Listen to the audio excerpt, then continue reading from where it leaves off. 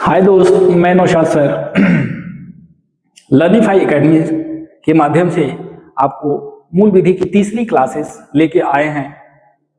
उम्मीद है आप मस्त होंगे, जबरदस्त होंगे।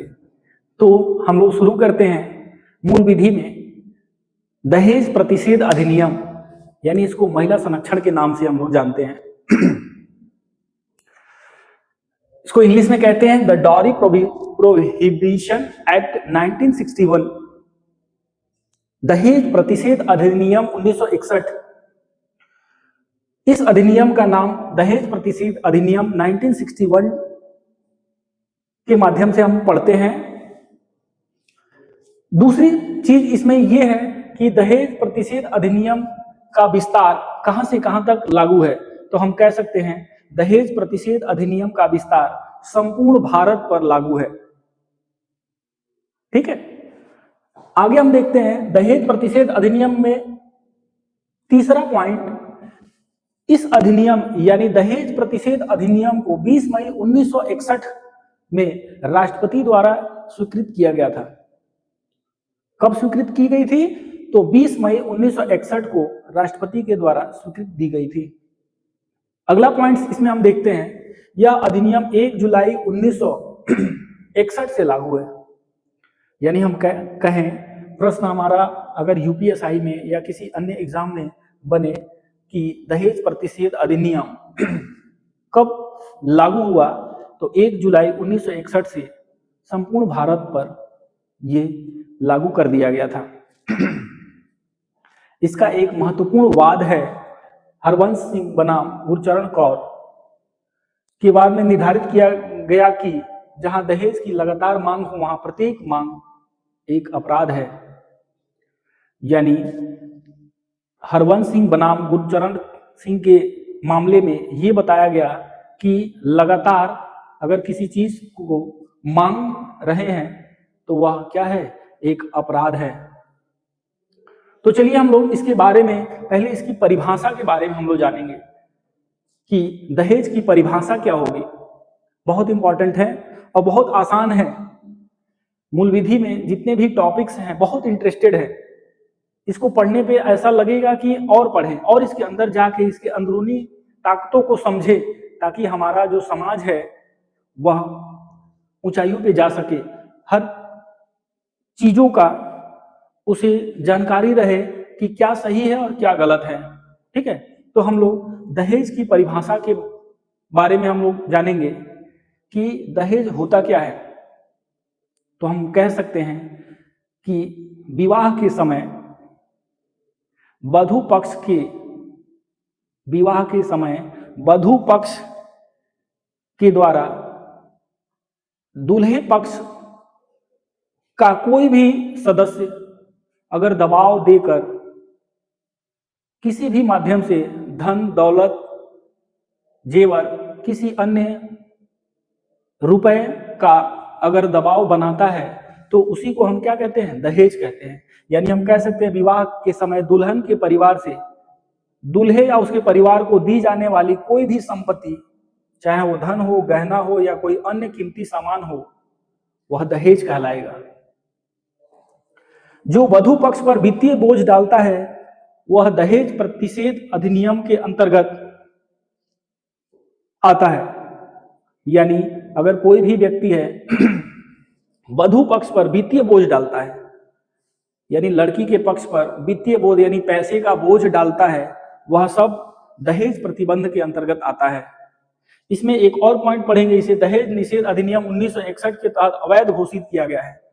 यानी दहेज प्रतिषेध अधिनियम के अंतर्गत 1961 के अंतर्गत दहेज लेना या देना अवैध घोषित किया गया है। आगे देखते हैं हम लोग दहेज प्रतिषेध अधिनियम के धारा 3 में क्या कहा गया है, इसके बारे में हम लोग देखेंगे। दहेज प्रतिषेध अधिनियम 1961 की धारा 3 में क्या कहा गया है, तो दहेज लेना या देना दोनों अपराध है, यानी दोनों दंड के भागी होंगे। कोई आदमी दहेज ले रहा है या दे रहा है तो दोनों उस दंड के पात्र होंगे। धारा 3 में ये बात कही गई है। उसके लिए जो भी व्यक्ति इस मामले में पाया जाएगा उसे 5 वर्ष की कम से कम सजा दी जाएगी, या अगर जुर्माने की बात करें तो 15,000 रुपए तक का जुर्माना देना पड़ सकता है, या दोनों में से जो भी अधिक हो वह आपको अदा करनी पड़ेगी। आगे देखते हैं अगला दहेज प्रतिषेध अधिनियम से संबंधित नेक्स्ट धाराएं। तो आगे बढ़ते हैं हम लोग। दहेज लेना या देना दहेज प्रतिषेध अधिनियम 1961 की धारा 3 के अंतर्गत अपराध है। यानी दहेज लेना या दहेज देना दहेज प्रतिषेध अधिनियम 1961 के तहत अपराध बताया गया है। आगे हम लोग देखते हैं दहेज प्रतिषेध अधिनियम के धारा 4 के अनुसार दहेज मांगना दंड है, यानी दंडनीय अपराध है। अगर आप किसी से दहेज मांगते हैं, ठीक है, अगर आप किसी से दहेज मांगते हैं तो दहेज प्रतिषेध अधिनियम 1961 की धारा 4 में यह दंडनीय अपराध है। इसमें कम से कम 6 माह या अधिक से अधिक 2 वर्ष का सजा हो सकती है, या जुर्माने के तौर पे देखा जाए तो 10,000 रुपये तक का जुर्माना देना पड़ सकता है। यानी कोई आदमी यदि दहेज मांगते हुए पकड़ा जाता है तो 6 माह से कितने वर्ष, 2 वर्ष तक का उसे सजा या जुर्माने के तौर पे 10,000 रुपये उन्हें भरना पड़ेगा। आगे पॉइंट हम लोग देखते हैं अगला, दहेज देने या लेने का समझौता दंड प्रतिषेध अधिनियम 1961 की धारा 5 में है। यानी धारा 5 में पूछा जाए, एनएस की धारा 5 में किसका जिक्र किया गया है, तो हम कह सकते हैं दहेज प्रतिषेध अधिनियम 1961 की धारा 5 में दहेज लेने या देने का समझौता का जिक्र किया गया है। आगे बढ़ते हैं नेक्स्ट पॉइंट पे। 2 व्यक्तियों के बीच अपनी मर्जी से दहेज लेन देन के किए गए करार वैधानिक रूप से शून्य माना गया है।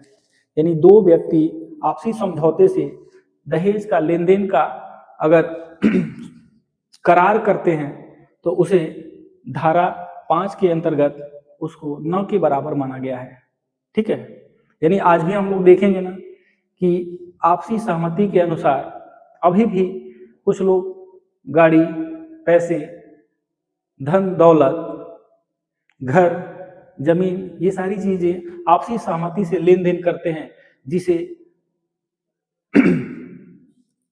शून्य के बराबर माना गया। धारा 5 में शून्य के बराबर करार दिया गया है, यानी वह दहेज के अंतर्गत नहीं माना जाएगा। नेक्स्ट पॉइंट हम लोग देखते हैं, दहेज के विज्ञापन पर पाबंदी है। ऐसा करने वाले व्यक्ति पर 6 माह से 5 वर्ष तक का सजा का प्रावधान दिया गया है। यानी यदि कोई व्यक्ति पेपर में निकलवाता है कि हमारा एक लड़का है और वह बैंक में मैनेजर है